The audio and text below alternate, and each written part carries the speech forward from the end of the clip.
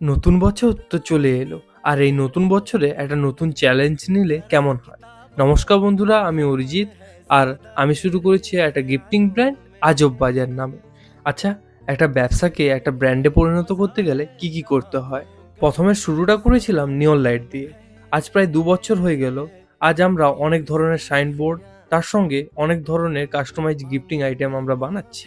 এই ১ বছরের চ্যালেঞ্জের মধ্যে তোমরা জানতে পারবে আমরা কি করে কাস্টমার ম্যানেজমেন্ট করি, কি করে অর্ডার ধরি, কি করে এগুলো বানাই, তারপরে কি করে এগুলো তোমাদের কাছে পৌঁছে দেই।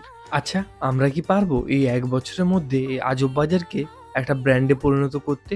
তোমাদের সাপোর্ট থাকলে অবশ্যই এটা সাকসেসফুল হবে।